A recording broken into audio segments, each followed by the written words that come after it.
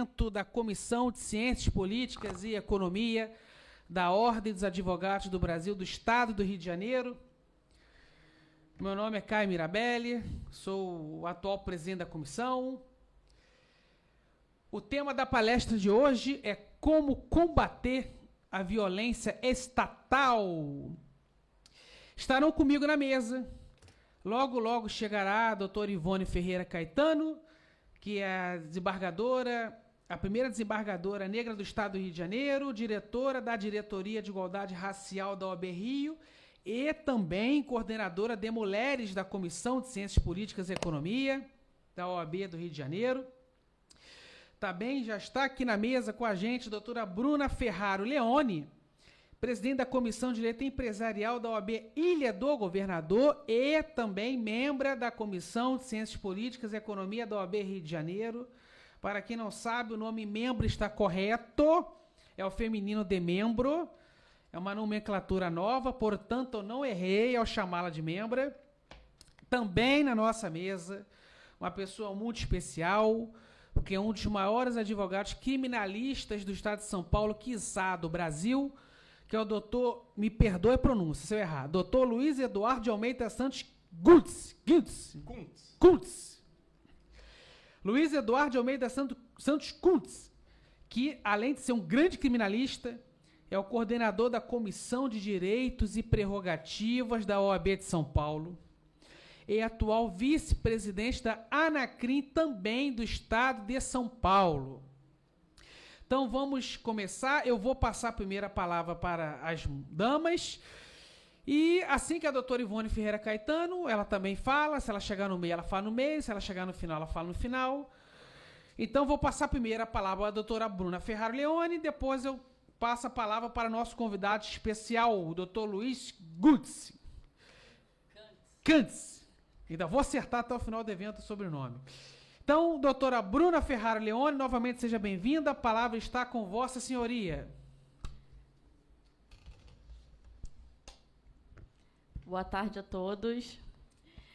Primeiramente, eu quero agradecer ao Dr. Caio Mirabelli, nosso presidente da Comissão de Ciências Políticas e Economia da OAB aqui do Rio de Janeiro, que com frequência tem nos proporcionado grandes eventos institucionais, educacionais, e trazendo também grandes nomes aqui para o Rio de Janeiro, para os eventos da nossa comissão, que sempre engrandecem com as palestras que são ministradas. E hoje a gente está contando aqui com a presença de se não for o maior, criminalista, doutor Eduardo Kuntz. Eu vou pedir a palavra pela ordem, interromper de forma muito deselegante, porque essa história de maior é porque eu tenho 1,92 m. São dois sacanas aqui, entendeu? Então, só desculpa interromper pela ordem aqui, mas para que fique registrado de forma correta o grande. De forma alguma. O doutor Eduardo Kuntz é um grande criminalista, tem atuado em casos extremamente emblemáticos e representando de forma brilhante a categoria, a nossa classe, em especial a advocacia criminal. Então, merece todo esse meu apontamento como se não melhor criminalista atualmente aqui no Brasil.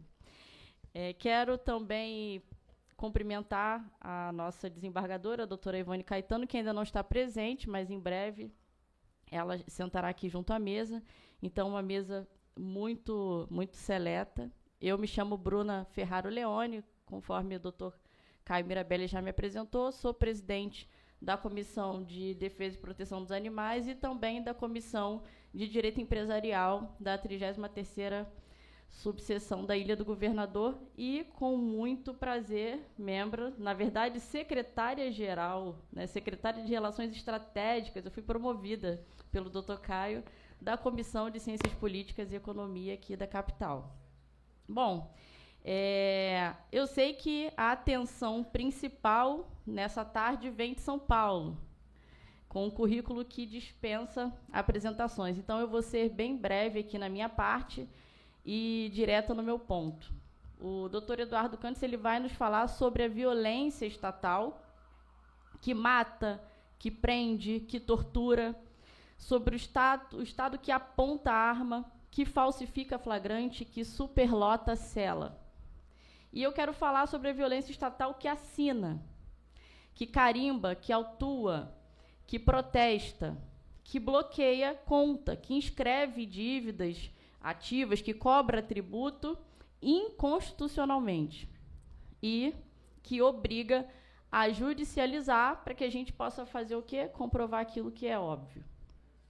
Então, são manifestações diferentes de um mesmo fenômeno. Então, o Dr. Kantz vai nos dar a tese hoje de violência estatal, que não é um evento, é um sistema, e eu subscrevo inteiramente e acrescento. Esse sistema ele tem CNPJ como alvo, tanto quanto tem o CPF. Dr. Caio quer adentrar ao tema, quer trazer alguma explanação e eu complemento para a gente passar para o palestrante, ou posso seguir? Então, vamos lá. Aqui no Brasil, para a gente abrir uma empresa é quase que um ato de coragem cívica hoje em dia, né? Não porque o mercado ele seja hostil, mas porque o Estado, que deveria ser parceiro do desenvolvimento econômico, da geração de emprego e da circulação de riqueza, ele muitas das vezes ele se comporta como um adversário declarado do empreendedor, que é o que a gente tem vivido hoje aqui no Brasil. O empreendedor ele se tornou ali um alvo de como alguém que é o inimigo. E aí tem até se tornado essas discussões, inclusive nas redes sociais, amplamente, onde o empregado e o empregador ficam ali ocupando aquela partes adversas, né? É basicamente ali uma guerra. E eu não estou falando de uma metáfora, eu estou falando de uma estrutura. Então, o Brasil ele tem uma das maiores cargas tributárias do mundo em desenvolvimento. Então, segundo os dados aqui, eu trouxe até algumas informações do Banco Mundial, uma empresa brasileira, ela gasta em média mais de 1.500 horas por ano apenas para calcular, declarar e recolher tributos. 1.500 horas, são mais de 60 dias úteis, 2 dias inteiros de trabalho. Não para produzir, não é para inovar, não é para contratar, mas para cumprir obrigações acessórias de um sistema que ele se alimenta da própria complexidade que ele mesmo criou. Então, isso aqui não é uma burocracia, isso é uma escolha política. E não deixa de ser uma forma de violência estatal. Então, só para encerrar aqui parte da minha fala, o empresário brasileiro hoje ele convive cotidianamente com pelo menos 5 formas de violência estatal, que raramente são nomeadas como tal. E eu aqui, nessa palestra, vou nomeá-las, que é a violência fiscal, a violência cautelar patrimonial, a violência da desconsideração da personalidade jurídica, a violência reputacional das operações e a violência regulatória. Então, essas, pelo menos, uma das 5 violências que o empresário brasileiro convive diariamente. Eu vou encerrar aqui a minha breve fala, vou deixar esses pontos aqui para a gente analisar e fomentar mais adiante. E vou passar a fala para a estrela aqui do nosso evento. O doutor Caio Mirabelli, nosso presidente, vai fazer uso da palavra antes. E eu vou passar aqui para ele, e em breve a gente vai ter a honra de ouvir as considerações do nosso palestrante convidado, que é o doutor Eduardo Kantz. Obrigada. Então, antes de passar para o convidado especial do dia, eu preciso só ratificar a presença. O doutor Silvio Malé, que é advogado criminalista eleitoral e é também membro da Comissão de Ciências Políticas. O doutor Edson Alves Moraes, que também é membro da comissão e é um advogado trabalhista e previdenciário.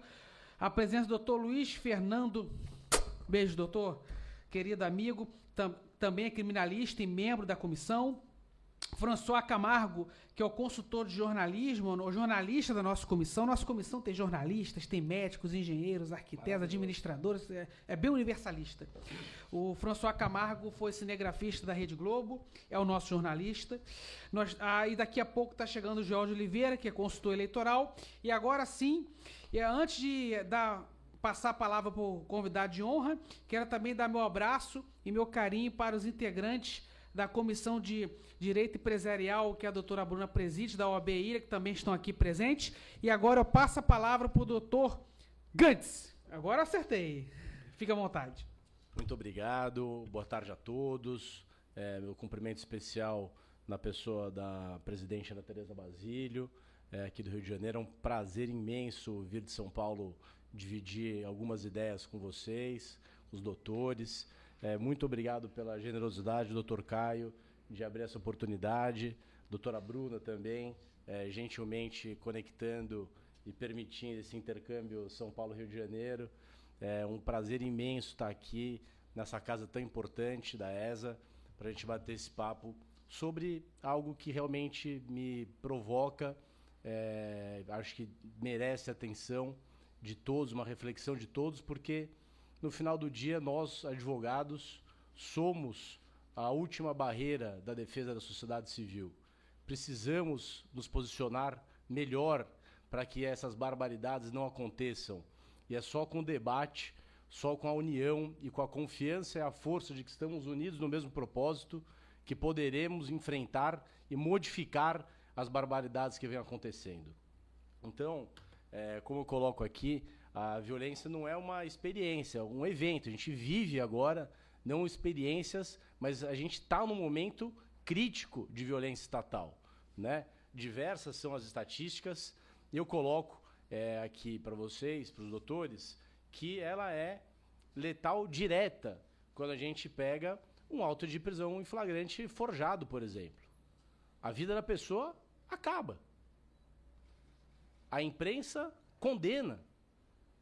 A imprensa, fazendo o seu trabalho de divulgação de uma notícia tendenciosa, não tem espaço para divulgar uma mesma notícia quando a pessoa é absolvida.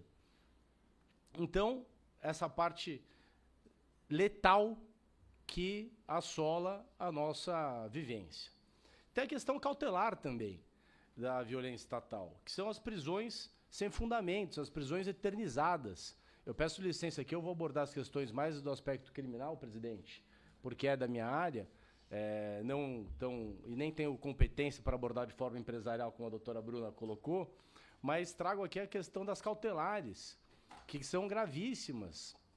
Quantas e quantas pessoas estão presas injustamente em que pese as audiências de custódia hoje estabelecidas pelo nosso país? Porque não se lê o processo, porque não se investiga, porque o Estado tem preguiça e se esconde num excesso de serviço absurdo. Isso não pode continuar. Isso tem que ser combatido. Dentro disso, a gente tem a questão dos estados de coisas inconstitucionais, que tem até ação já juizada no Supremo, das questões prisionais, mas que também não resolve, não teve efeito modulador.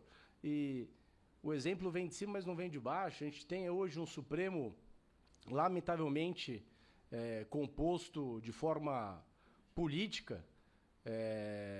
Não tenho receio de fazer essa crítica, porque quem faz essa crítica são os próprios julgados. Só que lá a gente não consegue recorrer muitas vezes. Não tem o recurso. E isso é uma intervenção estatal. Utiliza-se dessa ferramenta para não deixar as pessoas terem acesso. Vivemos, com todo respeito, presidente, a essa casa, uma praticamente ditadura da toga. Isso tem que ser dito. Isso tem que ser combatido. Isso não pode permanecer. As questões processuais, como eu coloquei, de lawfare, de condução coercitiva, processualmente, com o Supremo assumindo esse protagonismo, tendo inquéritos intermináveis, atraindo pessoas sem competência para serem julgadas lá, impedem o processamento disso. Não há o recurso disponível para isso. Isso interfere totalmente. E aqui eu concluo, como um quinto ponto da violência epistêmica, que é de uma presunção invertida de ataque à defesa. Porque quando nós, advogados, nos posicionamos no combate às arbitrariedades, somos confundidos com os nossos clientes. numa tentativa de criminalização da própria advocacia, o que também não pode ser mantido. Há que se reconhecer que todo cidadão tem direito a um advogado. Tem que ser reconhecido isso. E o advogado, quando atua, não se confunde com o seu cliente. É verdade que existem péssimos advogados, péssimos exemplos, que os nossos tribunais de ética combatem diariamente. Eu vou interromper porque, em que pese tenham falado que eu sou a principal estrela do dia chegou aqui. Doutor Ivone Ferreira Caetano, seja bem-vinda. Desembargadora. Costumo chamá-la de rainha do Alto e Baixo Egito. Veio pro seu lugarzinho aqui.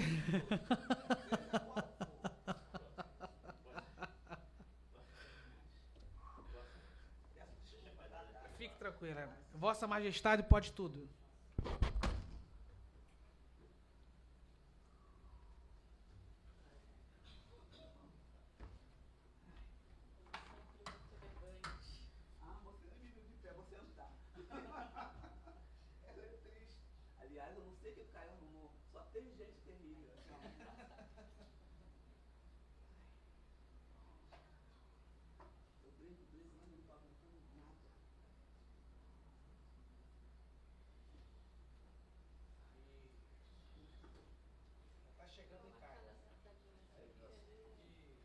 Senta aqui e a gente vai deslizando. Não, não podia te esperar, não. Tem que ir daqui a pouco. Senta. Não é? Vou pegar água para ele. E você, meu amigo? Vai fazendo. Eu vou ter a honra de sentar ao lado da senhora hoje aqui. Tá bom, muito obrigado. Obrigado, doutor. Imagina. A senhora quer segurar ou posso formar?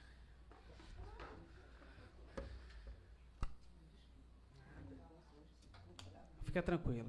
Doutor, pode continuar. Não quer dar a palavra à nossa desembargadora, presidente? Ela chegou agora. É. Então, dizia aqui, desembargadora, da importância da advocacia no combate às arbitrariedades hoje em dia cometidas e da confusão que se faz do advogado com os clientes, que é algo terrível de ataque à advocacia. E isso tem que ser altamente combatido, né? Para usar um exemplo midiático recente da influenciadora Deolane, que é a nossa colega, muitos criticaram a sua prisão com acompanhamento da OAB. É um direito do advogado. Tem que estar em cela especial. Tem que ter o acompanhamento das prerrogativas. Teve que ter o acompanhamento da comissão quando da sua prisão. Porque é garantia inegociável do advogado, como eu já disse. Quando a advocacia é atacada, é a sociedade civil que sofre. Isso é inadmissível. Nós temos que preservar e nos proteger. Como eu disse aqui, vou passar um pouco mais rápido, a violência letal direta, a questão da força policial como vetor primário, diversos momentos em que, lamentavelmente, assim, toda a crítica que eu faço aqui é com o maior respeito do mundo aos bons profissionais que existem, que defendem as suas classes. Não é todo policial que é vagabundo e bandido, mas tem o que é. Tem o que é corrupto e tem o que atrapalha o sistema. Esse tem que ser combatido. E combatido por nós, na advocacia, na defesa dos nossos clientes. Só assim vamos combater no bom combate a defesa da sociedade civil. Eu tomei a liberdade aqui de colocar que o Rio de Janeiro carrega como ninguém o peso disso, por conta das comunidades todas, né? É uma mazela do Brasil, mas o Rio de Janeiro vive isso, com as suas intervenções, inclusive militares, que são verdadeiras tragédias de guerra, inadmissíveis, sem presunção de inocência, sem um devido processo legal. Aqui, a questão da cautelar, como eu disse, diversas decisões travestidas de juridicidade. Inventam-se critérios aumentam-se os critérios, o delegado pede com um fundamento, o Ministério Público, que há muitos anos afastou-se da função de custos legis, de fiscal da lei, e assume uma posição de protagonismo de acusação. É bom que se diga isso também, é bom que se considere isso. O Ministério Público há muito deixou de lado a função custos legis e atua de forma acusatória veemente, acrescenta argumentos ao pedido policial e vem uma decisão, em tese fundamentada, extra petita, com argumentos que não deveriam estar incluídos ali. E aí a defesa recorre. E o tribunal engrossa o caldo para não dar o braço a torcer para a defesa. E a defesa grita: vamos ao STJ, ao Supremo. E o argumento, às vezes, prevalece. E uma coisa que é desse tamanho, cresce. E a gente não consegue combater. E fica lá o coitado do cliente, vítima dessa violência estatal.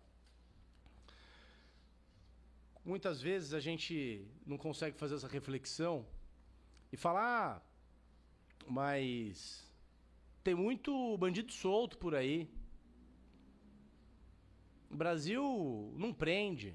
É o país da corrupção, vale a pena. A população carcerária beira 1 milhão. Temos quase 1 milhão de pessoas, homens e mulheres, presas.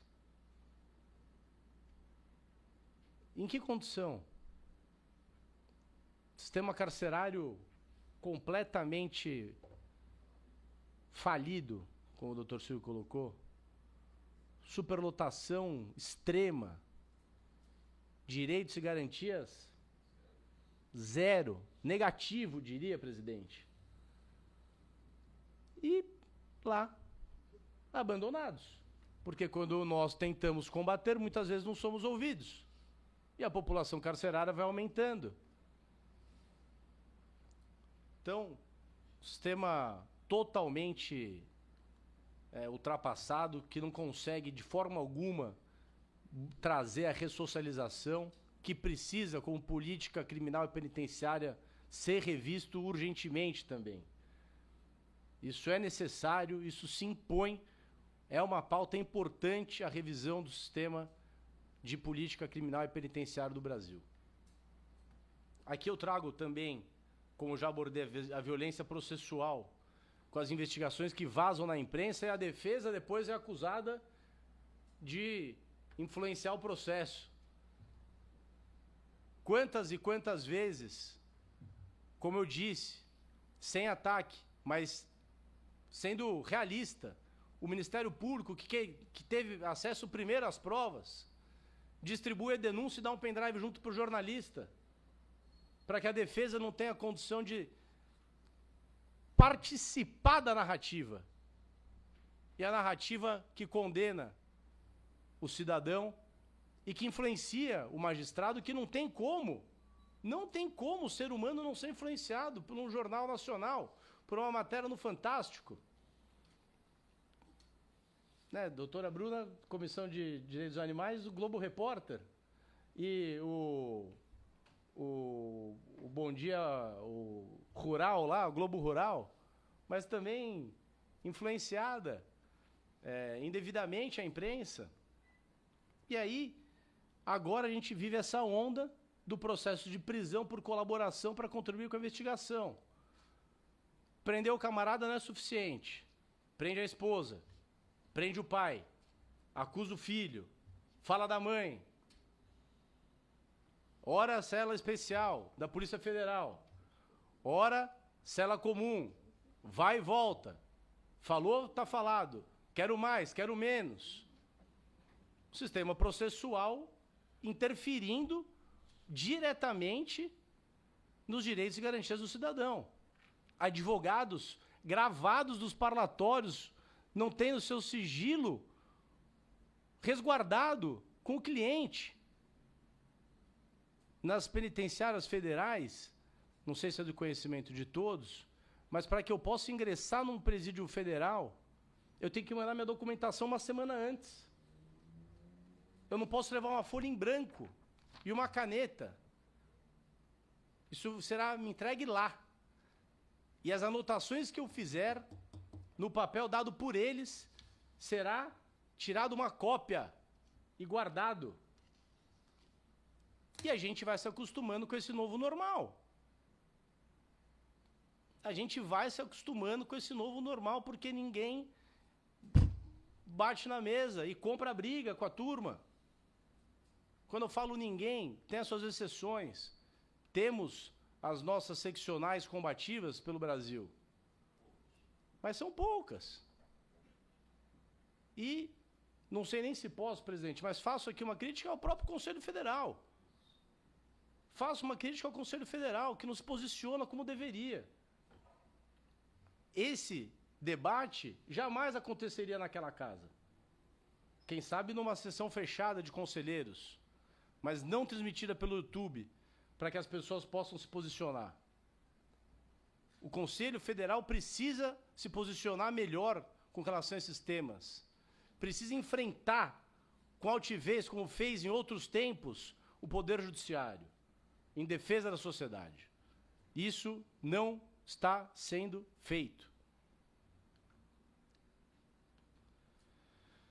Aqui, trouxe um dado do Rio de Janeiro, das mortes por intervenção policial. 1 milhão de presos no Brasil, 1,5 milhão de pessoas mortas. Mortas. Não são presas, são mortas. Sem o direito de defesa. Aqui, como eu disse, as pessoas privadas de liberdade, né? Terceira maior população prisional do planeta. Só perde para os Estados Unidos e para a China. E na China mata bastante, hein? Prende menos lá, porque mata. Nos Estados Unidos também tem pena de morte. Muita gente morre lá, não fica presa. E mesmo assim somos os terceiros. E me chama a atenção, eu destaco aqui também.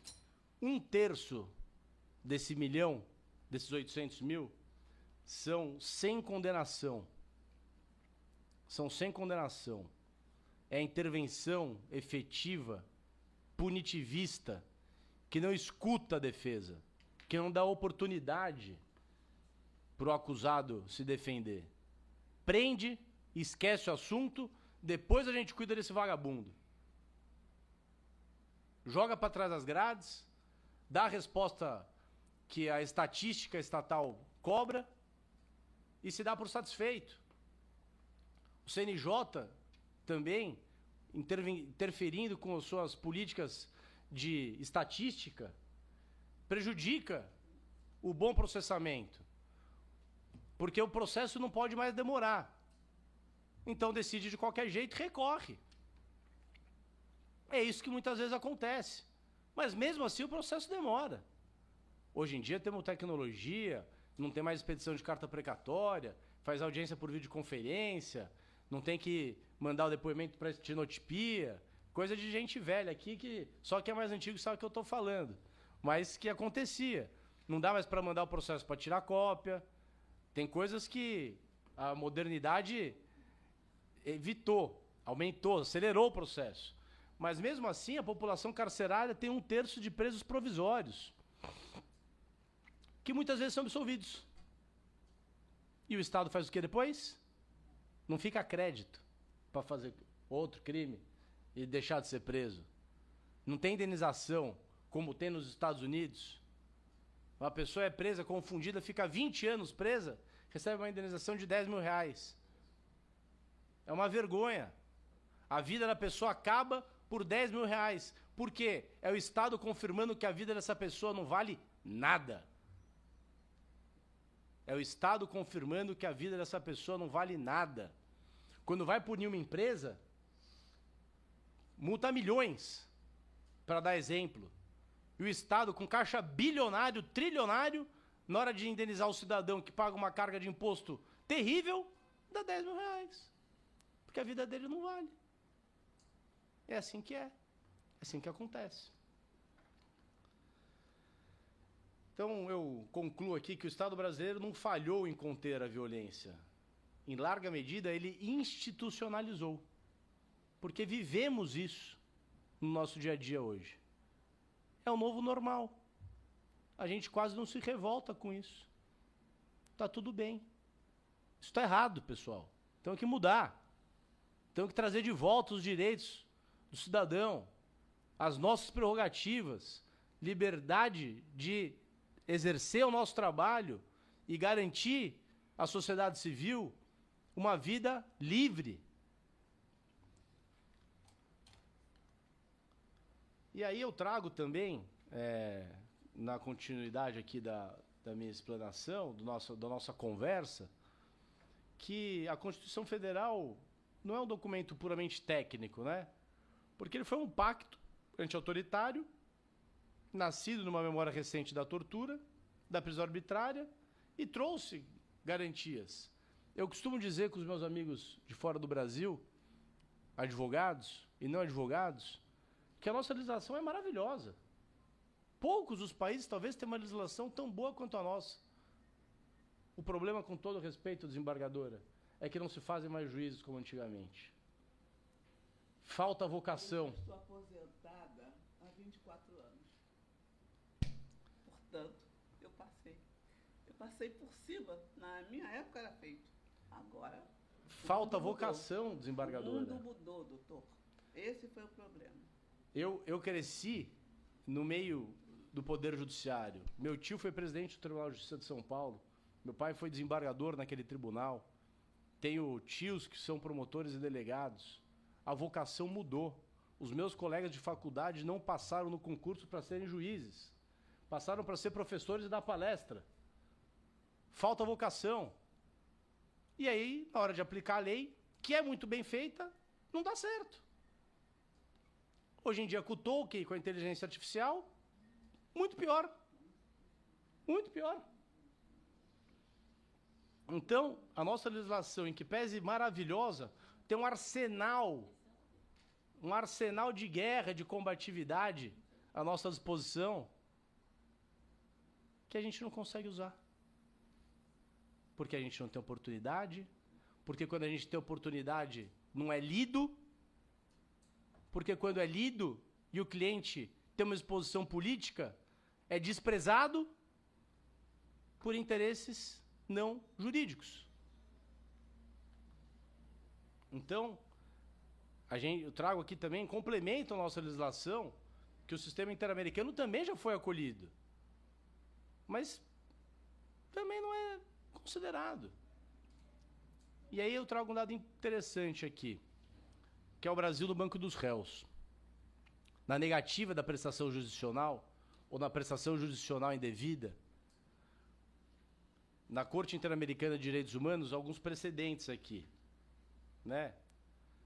Então, agora, legal, com todo respeito à Corte Interamericana de Direitos Humanos, o que muda também? A vida da pessoa. Ah, eu ganhei lá. Ficou provado que eu fui injustiçado. E 20 anos de cadeia se passaram. A vida da pessoa acabou. A vida da família acabou. Essa vitória não tem vencedor. Essa vitória tem que trazer um exemplo para que nunca mais aconteça. Essa é a grande vitória. Mas quem sofreu o processo, e eu digo que a maior pena é o próprio processo, é no próprio processo que o sofrimento das pessoas do entorno e da própria pessoa encarcerada, ou em liberdade, o peso do próprio processo é terrível. Então, com todo respeito, também temos aqui a consolidação dos abusos estatais, mas as consequências de pouca relevância, na minha opinião. Jurisprudências paradigmáticas do Supremo, diversos precedentes, diversas situações, súmulas vinculantes. É inacreditável que hoje, em 2026, com o processo eletrônico, o advogado tenha que manejar uma reclamação para o Supremo Tribunal Federal porque não conseguiu acessar a cópia de um processo. Isso é uma vergonha. Isso é a prova Isso é a prova de que a advocacia está enfraquecida. Isso é a prova de que o Estado brinca com a nossa cara. Era muito simples. No mandado de prisão, já vem um bendito num QR Code, o advogado se cadastra, põe a sua OAB, junta a procuração e acessa integralmente os autos. Dá para fazer. Tem que querer. Junta-se o subestabelecimento nos autos, demora 3 dias para ter acesso, porque o juiz manda um ofício para o delegado de polícia para que o delegado se manifeste se foram esgotadas as diligências necessárias para o cumprimento do mandado de prisão, da busca e apreensão. Quando ele devolve, abre-se vista ao Ministério Público. Não sei por quê. Porque quem tem que se manifestar é o delegado. Mas o Ministério Público palpita. Tem uma brincadeira que o MP é o mero palpiteiro, né? É uma brincadeira. Mas quando ele deixa de ser custos legis e faz uma abordagem totalmente punitivista, essa brincadeira tem que ser levada a sério para ver se para de dar risada. E a gente tem que fazer reclamação para o Supremo Tribunal Federal para tirar a cópia do processo. E quando tira a cópia do processo, ele vem faltando coisa. Eu vivi isso agora, nos casos do 8 de janeiro. Descarregados 3 teras. 3 teras de documento, de interceptação telefônica, de diligência, de computadores apreendidos. Como é que se processa de forma razoável 3 teras de documento? É para falar que deu, não é para dar. Fala que deu. Ah, eu dei, ó. Agora você se vira aí. Óbvio. Não sei se o colega teve a oportunidade de ver o voto do Fux no processo do Bolsonaro. Tava lá, ouvi pessoalmente. Tem um trecho que é muito exatamente esse ponto, que diz como é que você pode dar vista ao advogado de defesa apresentando 5, 10 teras de documentos em 5 dias. Humanamente impossível. É. Isso é exatamente o que o colega está colocando hoje. Mas veja dentro disso, doutor Silvio, e a gente conversou, presidente, até que o YouTube estava liberado para fazer perguntas, então eu não estou acompanhando aqui, mas se alguém puder olhar e tiver pergunta lá também para a gente interagir, é um prazer, que nessas ilhas, essas 10 ilhas hoje, não 11, porque tem uma ilha vaga do Supremo Tribunal Federal, foi um voto. Eu acredito que esse voto deveria ser estampado, a OAB deveria caminhar todas as sessões, deveria ser colocado para todos lerem. É. Mal e direito. Foi, né? Mas aí ele, poxa vida, tem interesses outros, né? Mas é isso que... É? Os absurdos que estão sendo praticados, a advocacia está calada. E não somos nós só advogados que temos que falar. É a nossa instituição. Perfeito. É a nossa instituição. Perfeito. Essa união que efetivamente vai fazer a força. E é nosso debate dentro de uma casa como essa, tão importante, que vai unir as pessoas de demonstrar revolta conjunta e cobrar dos nossos representantes eleitos, das grandes casas, para que isso aconteça. A OAB precisa se manifestar de forma firme. Como fez na Revolução de 64, como aconteceu na Chile. Quem não viveu a regime militar aqui, eu estava na faculdade. Mas fui para a rua, era no diretório acadêmico do Barbosa. Perdão, até acho que poucas pessoas aqui viveram isso. Então acredito que se as nossas instituições, a OAB, não começar a puxar esse carro, abrir, nós vamos ficar numa situação impossível de ser O protagonismo tá vago e tá perigoso. Tá vago e tá perigoso. Não. Eu agradeço muito, doutor Silvio, e Vossa Excelência, com muita propriedade, bem colocou o tema de coisas que eu não vivi, então só posso agradecer a intervenção. Gostaria muito da OAB, fosse como OAB, quando eu me inscrevi pela primeira vez.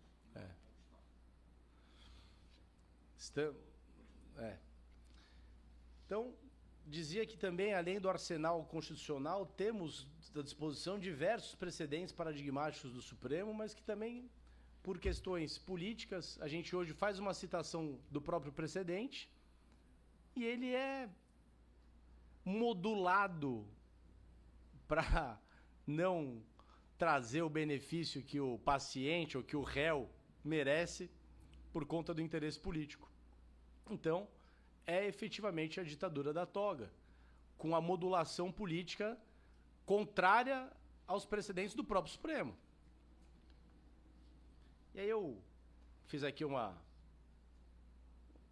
colocação, né, das nossas 6 trincheiras, vamos dizer assim, para que a gente possa buscar assumir esse protagonismo. A nossa qualificação técnica tem que ser melhorada, com todo respeito. Precisamos estar melhor preparados para enfrentar essas discussões. Quando a gente chega numa delegacia e o delegado de polícia não te dá o direito de conversar com o seu cliente, está previsto no nosso estatuto e na Constituição, ele tem que ser de forma educada, obviamente, de forma cortês, na bola, sem briga, repreendido e relembrado que ele está cometendo um abuso de autoridade. Está cometendo abuso de autoridade. Isso vai trazer problema para ele. Não adianta ele querer prejudicar o cliente. Ele vai se prejudicar. Mas se a gente não estiver preparado para enfrentar no bom combate, se posicionar de uma forma altiva, educada, com uma boa postura, estou falando para sair brigando com todo mundo, metendo o pé na porta. Não é isso. Mas quanto mais conhecimento a gente tiver, melhor preparado estivermos, menos arbitrariedades serão cometidas, porque nós teremos argumentos sólidos para combater imediatamente essa ilegalidade. A prerrogativa do advogado. Eu sou coordenador da Comissão de Prerrogativas em São Paulo, presidido pela doutora Cláudia Bernasconi e pelo doutor Gustavo Medeiros. A gente fala muito isso lá. A comissão está à disposição e está pronta. Mas o primeiro defensor das prerrogativas somos nós.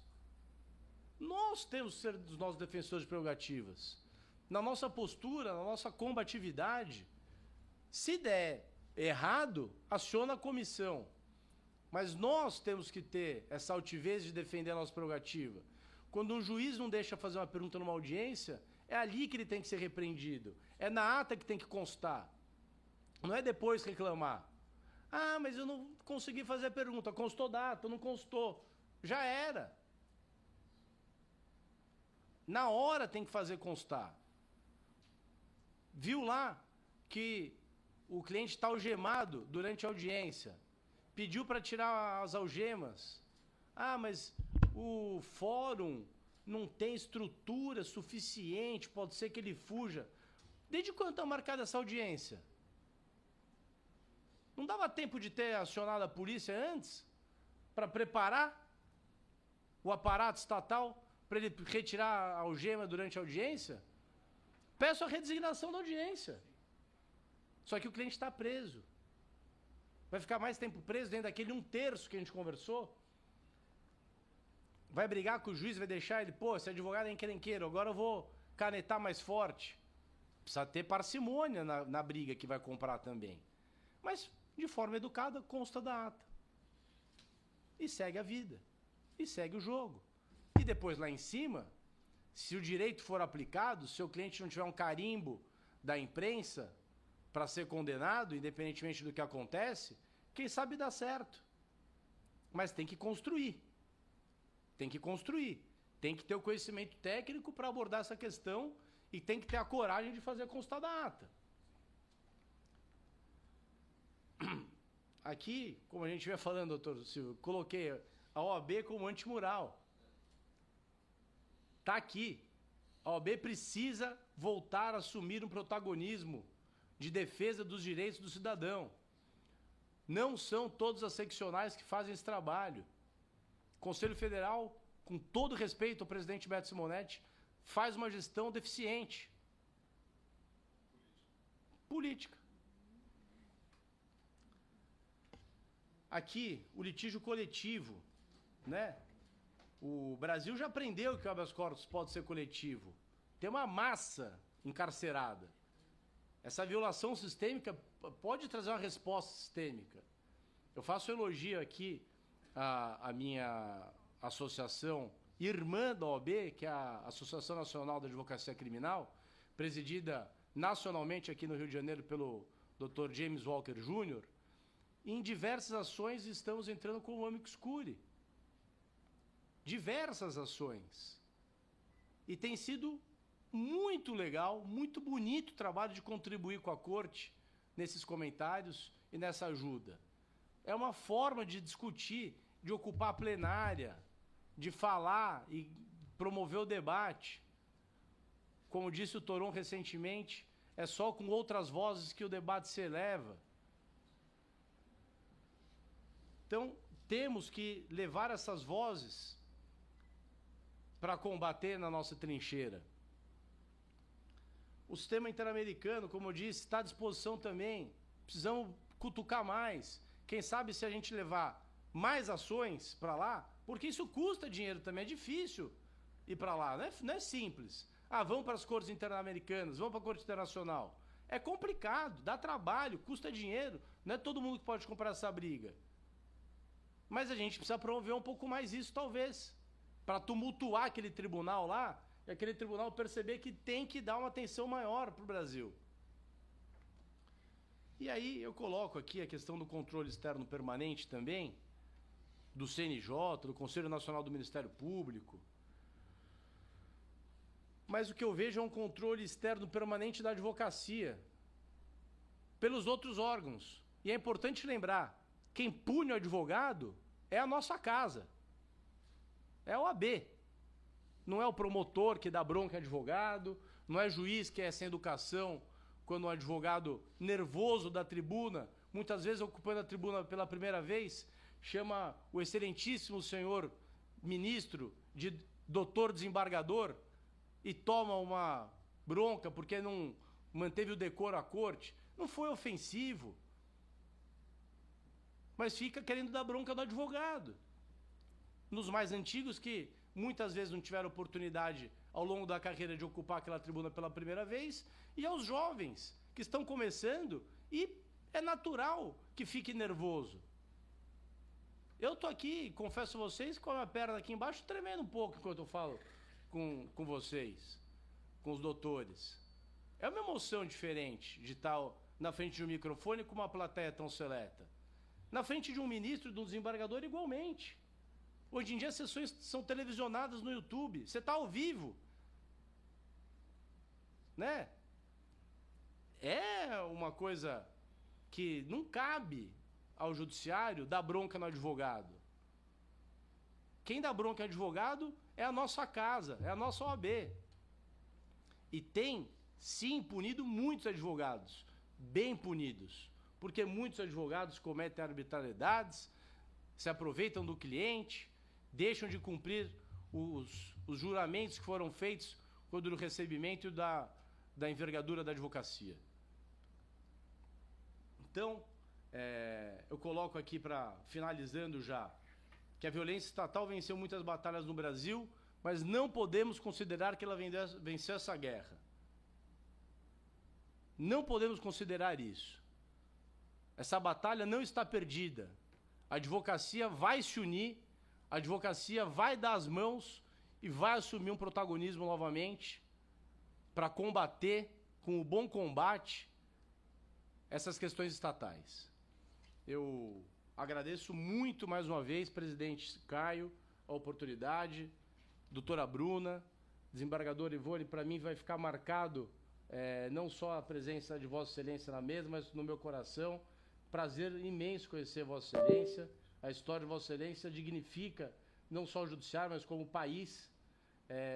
E para mim é uma honra estar aqui nessa tarde, ao lado de Vossa Excelência, ao lado dos amigos e de quem nos acompanhou nessa transmissão. Muito obrigado, fico à disposição para quem quiser fazer as perguntas, Dr. Caio, eventualmente daqui do plenário ou pela internet. Vai ser um prazer contribuir nesse debate. Agora passo a palavra para a nossa rainha do Alto e Baixo Egito, desembargadora Ivone Ferreira Caetano, A bola está com Vossa Majestade. Tenho que descer primeiro do Alto Egito, né, senhores? Primeira coisa que eu tenho que fazer. Pedir desculpa pelo meu atraso.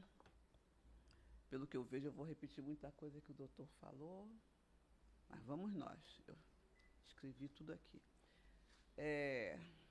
Seguindo a ordem da Academia Brasileira de Letras, eu estou lendo. Eu hoje estou assim, eu estou bem... Nada boa, em todo caso, nada boa de saúde.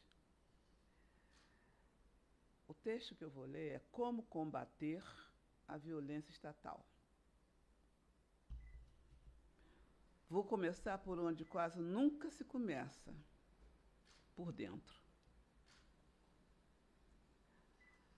Passei muitos anos da minha magistratura no Tribunal de Justiça desse Estado.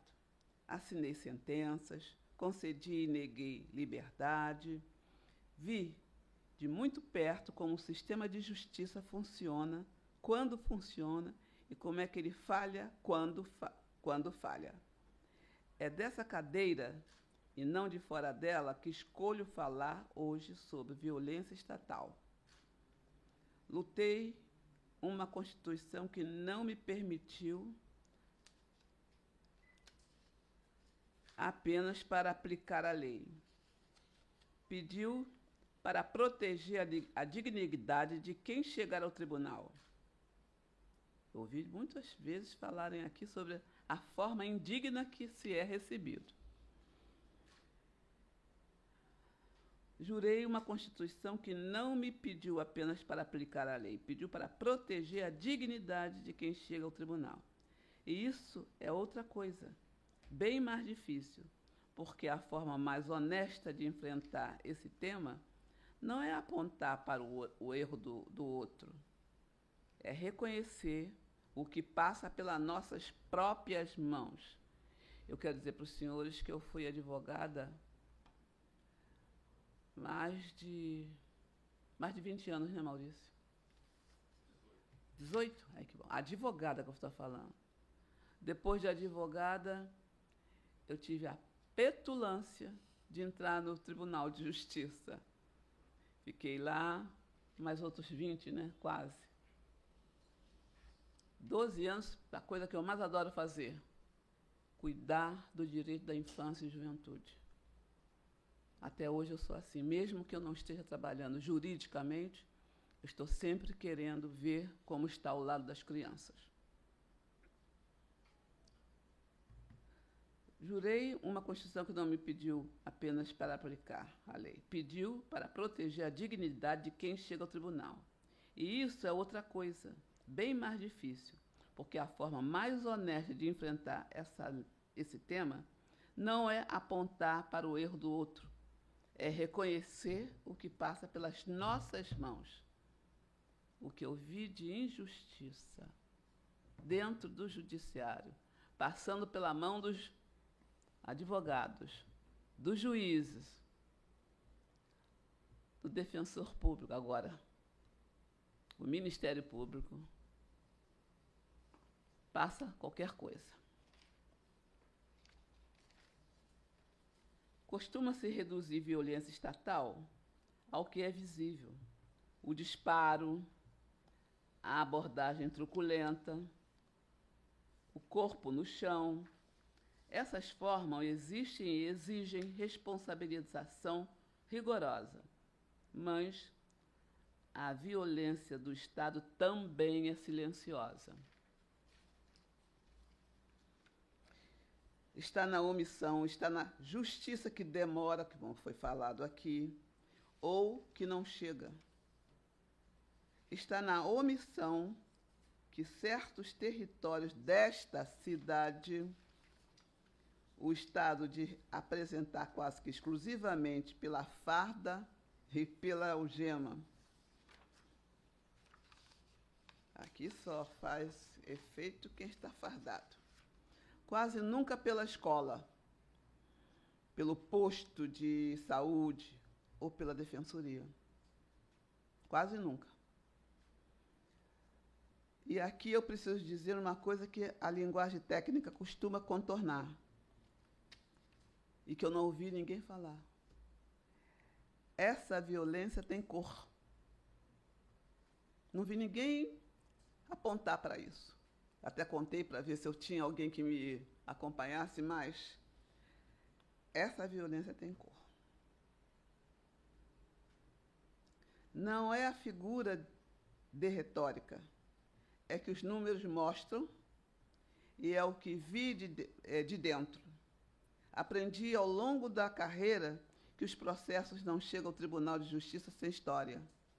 Antes de virarem autos, foram vidas concretas atravessadas por oportunidades, desigualdades, por ausência do poder público, por vulnerabilidade que ninguém acolheu.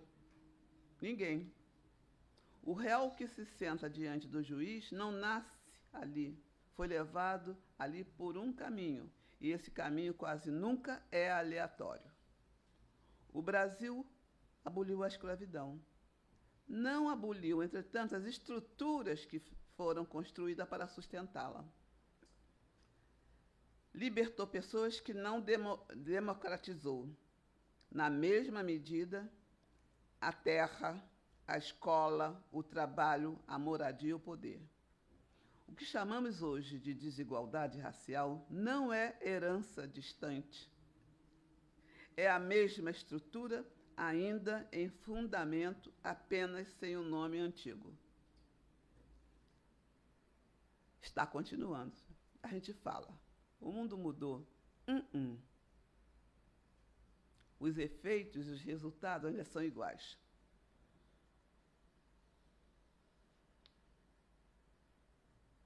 Deixa eu ver onde que eu... O Brasil aboliu a escravidão, mas não aboliu as estruturas que foram construídas para sustentá-los. Libertou pessoas e não democratizou. Na mesma medida, a terra, a escola, o trabalho, a moradia e o poder. O que chamamos hoje de desigualdade racial não é herança distante. Começando. É a mesma estrutura, ainda em funcionamento, apenas sem o nome antigo. O sistema de justiça não está fora dessa estrutura, está dentro dela. A população prisional brasileira é majoritariamente negra, e isso está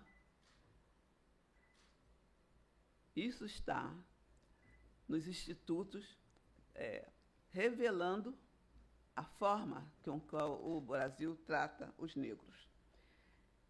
É a mesma estrutura ainda em funcionamento, apenas sem o nome antigo. O sistema da justiça não está fora dessa estrutura, está dentro dela. A população prisional brasileira é majoritariamente, eu já tinha falado, negra. A magistratura brasileira é majoritariamente branca, ou melhor, não tem o mesmo aspecto negro, porque nem sempre é branca. Pode ser mulato. Já muda. Pode ser pobre. Pode ser? Pobre. Claro, claro, mas é um número bem menor, né? A magistratura brasileira é majoritariamente branca. E masculina, né, desembargador? Exato.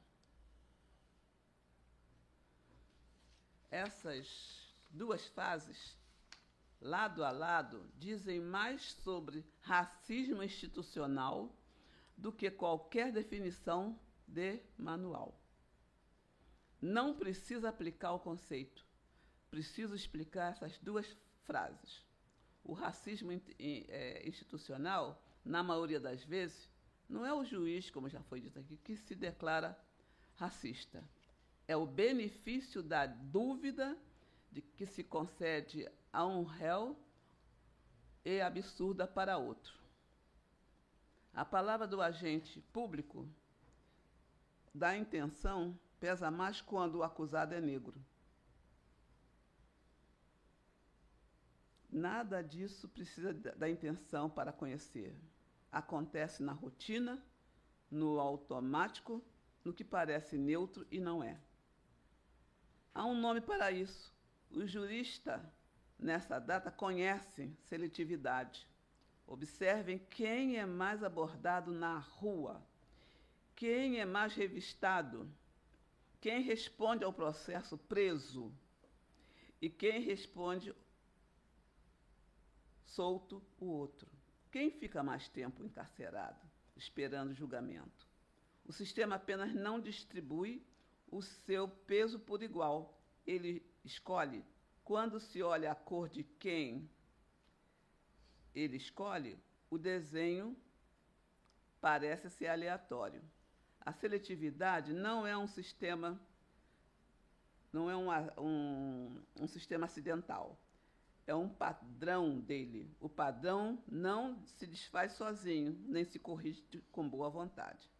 Reconhecendo isso, não enfraquece o judiciário. Negar é que enfraquece. Uma instituição não se torna mais forte fingindo que a desigualdade para na sua porta. Ela se torna mais forte quando tem coragem de perguntar qual é a sua parte dela. Eu fiz essa pergunta a mim mesma muitas vezes, ao longo da carreira. Nem sempre tive uma resposta confortável.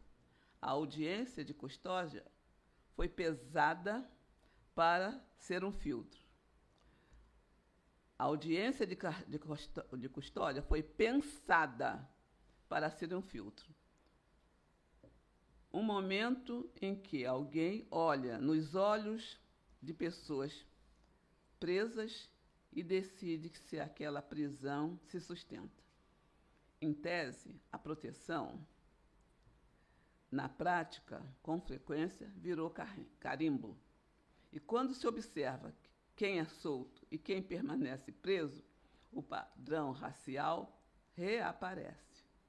Não porque cada juiz seja racista, mas porque o sistema inteiro foi calibrado para enxergar o perigo em algum corpo e inocência em outros.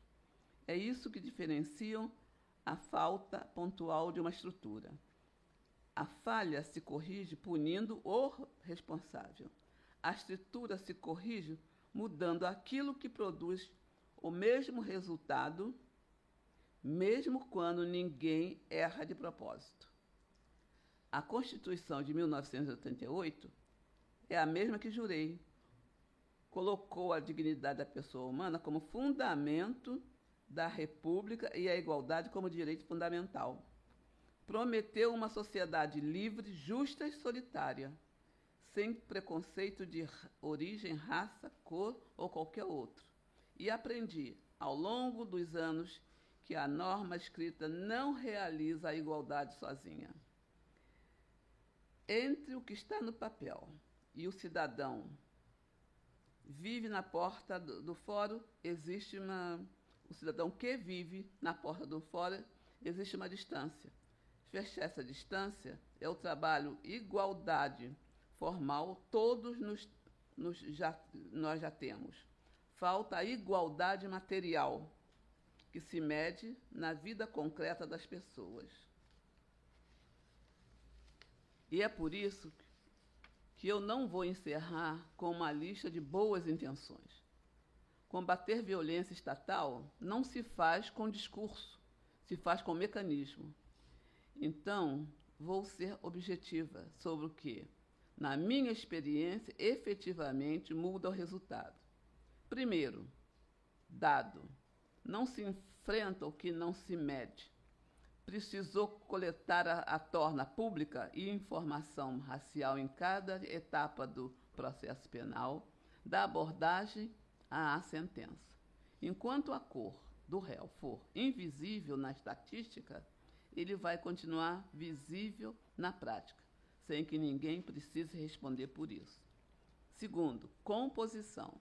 Uma magistratura que não se parece com a população que julga produzir uma justiça com ponto cego, a ação afirmativa no acesso às carreiras jurídicas não é a favor, é correção de uma distorção histórica para o próprio sistema, que o próprio sistema criou e nunca reparou. Terceiro, a audiência de custódia precisa voltar a ser filtro com formação específica sobre viés racial para quem a conduz e com controle efetivo sobre a decisão que se repete sem fundamentação. Quarto, controle externo da verdade. Corregedorias fortes, independentes, capazes de olhar para padrão e não apenas para casos isolados. O abuso individual se pune, o padrão se enfrenta, com fiscalização permanente. O quinto, talvez o mais difícil na política de segurança pública, orientada pela proteção da vida, segurança e direito humano nunca foram projetos opostos. É que de vez em quando falha a minha vista horrível. Cadê? São a mesma coisa dita de formas diferentes, de duas formas diferentes. Quanto mais uma sociedade leva a sério os direitos de todo, mais legítimo, mais confiável se torna a polícia. Eu poderia ter ficado calada. É mais cômodo para quem chegou onde eu consegui chegar dizer que o sistema funciona e que os problemas são exceções. Mas eu fui uma menina negra que ouviu a vida toda que aquele lugar não era para ela. Cheguei a desembargadora. Justamente por ter chegado é que tenho a obrigação de dizer, sem rodeio, quantas não chegarão e por quê? E por que não chegarão?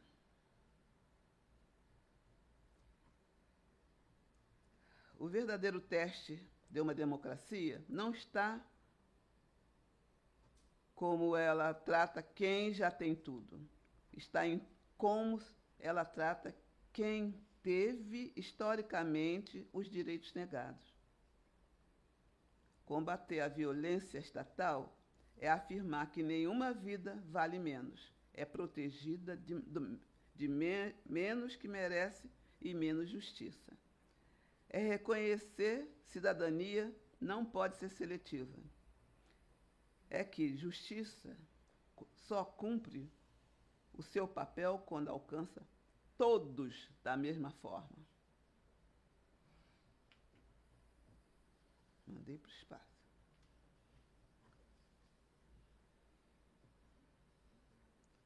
Foi, essa é que foge.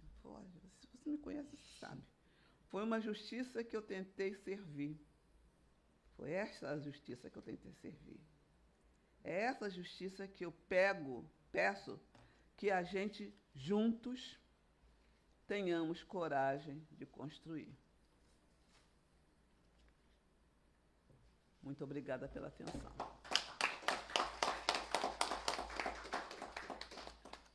Então, antes da gente encerrar o evento, agora eu vou falar um pouquinho.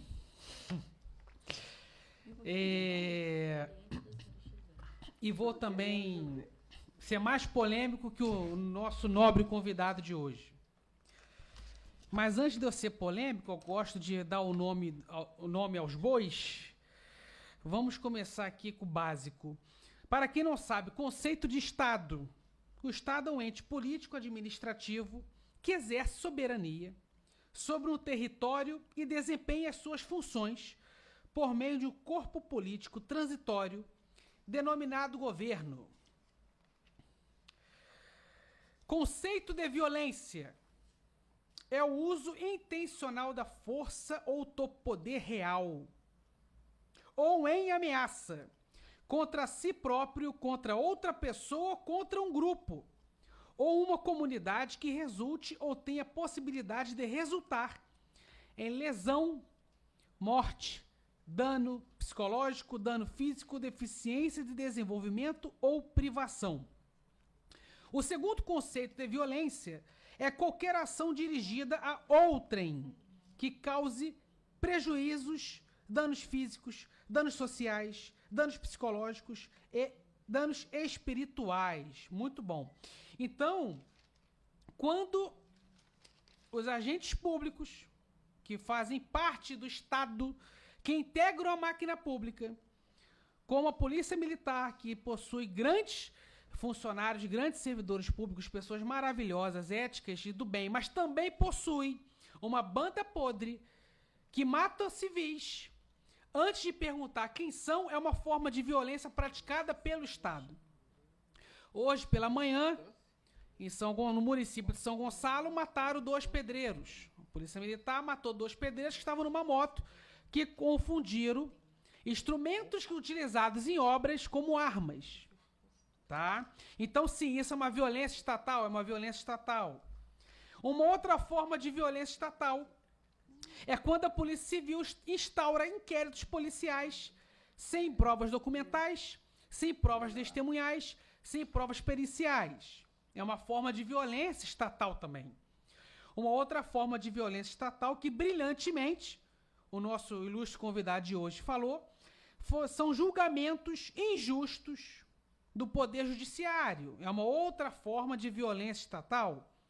Antes de começar o evento, estávamos eu, a doutora Bruna, o doutor Kuntz, o doutor Silvio Malé, falando de um caso meu, onde, no ano de 2020, a SEDAI, empresa concessionária de serviço público de água e tratamento de esgoto, forneceu água com fezes e esgoto para toda a população do estado do Rio e de alguns municípios, onde foi notícia no mundo inteiro, onde o presidente da SEDAI confessava que a água estava, me perdoe a palavra chula, cagada, literalmente cagada, onde o governador do estado fugia do assunto, onde revistas, jornais, televisionados, jornais de rádio, jornais físicos, revistas eletrônicas, todo mundo denunciando que a água estava literalmente cagada, onde eu ajuizo a ação, 3 ações no Juizado Especial Civil, requerendo danos materiais e morais dos meus clientes, onde eu juntei revistas, jornais, onde eu juntei protocolos de reclamação, pessoas ficaram doentes com essa água. Eu ganhei as 3 ações na primeira instância, a SEDAI recorreu, o Ministério Público ganhou, a Defensoria Pública ganhou, porque ambos os órgãos ajuizaram ações coletivas, e a SEDAI recorre das minhas 3 ações, onde eu ganhei o valor mínimo de R$10 mil cada uma. E na turma recursal, a nobre relatora, que deu sorte de eu ter esquecido o nome, anula as minhas 3 vitórias, as minhas 3 sentenças, falando que por falta de provas era incabível condenação por dano material e moral. 1 ano se passou, novamente aconteceu isso de novo. Eu novamente ajuizei, mas não dessa vez 3 ações, apenas 2, também no juizado. E no ano de 2021, o Supremo Tribunal Federal, tinha que ser ele novamente, suspende as ações idênticas no estado do Rio de Janeiro para poder discutir se água cagada faz mal à saúde ou não. Né? E em 2023, o Supremo Tribunal Federal falou que não há nada a indenizar nesses casos de água cagada. Portanto, não há dano material e moral a ser indenizado.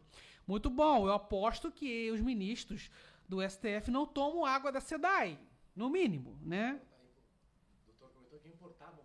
Sim, e aqui no Tribunal de Justiça do Estado do Rio de Janeiro, os nobres juízes e desembargadores em exercício importavam água da França, bebiam água de Paris, para não beber água da SEDAI. Né? E foi esse mesmo tribunal que anulou as minhas vitórias e manteve essa injustiça. Isso também é uma forma de violência estatal? É uma forma de violência estatal. Então, quando a polícia mata civil inocente, quando a polícia militar mata civil inocente, quando a polícia civil investiga de forma errada para perseguir pessoas, é o poder executivo estatal praticando violência. Quando o poder judiciário julga de maneira injusta e até imoral, é uma forma de violência estatal praticada pelo poder judiciário. Quando o poder legislativo cria leis esdrúxulas, covardes, canalhas, injustas, é uma forma de violência estatal patrocinada pelo Poder Legislativo. A doutora Bruna também foi muito feliz na sua fala ao falar da existência da violência fiscal, que é uma outra forma de violência estatal. E agora eu vou ser polêmico. Eu acho absurdo, querido doutor Kuntz, a existência do imposto de renda. Isso é roubo institucionalizado. Por que que eu sou o sangue, pego o trânsito, ganho... Eu tenho que usar todo o meu talento, minhas potencialidades, meu equilíbrio emocional. Eu tenho que sofrer humilhações diárias para ganhar o meu dinheiro. E ver o burocrata do Estado, com terno escocês, perfume francês, calcular quanto que eu tenho que dar para ele. Isso também é uma violência. Eu concordo que o Estado tem que ter impostos, taxas e contribuições para arrecadar, eu concordo, desde que seja no consumo. Você paga imposto quando você consome, então você paga imposto se quiser. Agora, o imposto de renda você não paga se você quiser. Você é obrigado a pagar. E tem que rezar para que o chefe do executivo lembre de você para apresentar o projeto de lei que possa isentá-lo do pagamento de imposto no próximo ano. É um roubo institucionalizado. O que me enfurece, agora uma crítica construtiva, é que os ditos liberais, neoliberais da direita brasileira, que deveriam defender reforma tributária e fim do imposto de renda, ninguém fala nada. Doutor Kuntz, em 2018, eu disputei para deputado federal nas eleições de 2018, num partido que estava longe de ser de direita, estava longe de ser neoliberal. E eu fui o único candidato em todo o Estado brasileiro a defender o fim do imposto de renda. Riram, debocharam e zoaram. E sabe quem praticou bullying? Ninguém da esquerda que defende imposto. Os próprios liberais de direita, que deveriam combater o imposto. Então me assusta, e está me assustando isso. É um absurdo eu ter que pagar porque eu ganho dinheiro. Porque eu tive capacidade de ganhar dinheiro. E imposto de renda pega todo mundo. Inclusive os mais pobres. Inclusive os mais pobres. Que não, ninguém deveria pagar isso. Isso é roubo. É um revólver na sua cara. Mas é um revólver que não é o bandido que está apontando. É o Estado.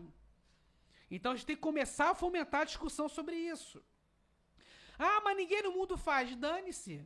Mas não é porque todo mundo erra que a gente vai errar também. Outra coisa, outra forma de violência. Agora eu vou citar nomes. Tô nem aí se vai me processar. Adoro briga. Sabe por quê? Que nos últimos anos, o Poder Judiciário, e não é uma exclusividade do Supremo, não, outros órgãos do Poder Judiciário de vários estados, estão brincando de julgar, estão desrespeitando a Constituição da República Federativa do Brasil de 1988, sempre teve abuso, mas agora está demais, virou uma pandemia, porque lá atrás, um juiz federal resolveu brincar de perseguir um ex-presidente da República. E depois, não contente, quis também brincar e perseguir a atual presidente da República. A Operação Lava Jato teve seus louros? Teve. Claro que teve. Muitos corruptos canalhas foram presos e deveriam ser presos mesmo. Mas também teve excessos e abusos. Desculpa a palavra. Literalmente defecaram em cima do Código de Processo Penal e em cima da Constituição. E esse juiz brincava, depois cansava de brincar, voltava a brincar, e não tinha um homem para parar o cara. Ô, segura a onda aí. Perfeito. Perfeito. Perfeito. Agora deixa eu citar o nome do boi. O Sérgio Moro, que é senador e quer ser governador no Paraná. E ainda quer ser governador. Sim. Perfeito. Perfeito. Vou agora ser chulo novamente. Ele cagou tudo. Ele cagou tudo. Ele quis ser o herói nacional, né? Então, moral da história, como lá atrás, doutor Kuntz, ninguém parou o cara, ninguém deu freio, ninguém penalizou, ninguém puniu. Aí os superiores a ele, desembargadores federais, estaduais, ministros de tribunais superiores, bom, se um juiz pinta e borda contra um ex-presidente da República e contra o atual presidente da República, por que a gente também não pode pintar e bordar? Se não parar um juiz, vai parar um ministro? Não para. Não vão parar. E fica isso daí. Vou citar um outro nome. Todo mundo tem todo o direito de não gostar dessa pessoa. Tá? Porque realmente é uma pessoa polêmica, é uma pessoa que acertou muito, mas também errou muito. Antônio Garotinho, ex-governador do estado do Rio. Sempre que ele vem disputar as eleições para governador e ameaça ganhar, já 4 vezes fizeram isso. Vem uma liminar, outro Tribunal de Justiça, outro TRE, impugnando a candidatura dele. E ninguém fala nada, muito pelo contrário, as pessoas até riem. Ah, sacanearam o Garotinho de novo. Só que as pessoas estão esquecendo que daqui a pouco vai pegar todo mundo. Quando um candidato vier ameaçando ganhar, vai vir uma liminar, não se sabe de onde, impedindo ele de disputar a eleição, influenciando. Lawfare, como o doutor Silvio Malé brilhantemente falou aqui. E ninguém fala nada, ninguém grita, ninguém berra, ninguém penaliza, ninguém pune. O Brasil está difícil. O Brasil está difícil. Nós falamos ali antes de começar o evento, para eu finalizar aqui. Na época da ditadura militar, a gente sabia quem era o opressor, quem era o ditador, e a gente sabia quem combatia o ditador.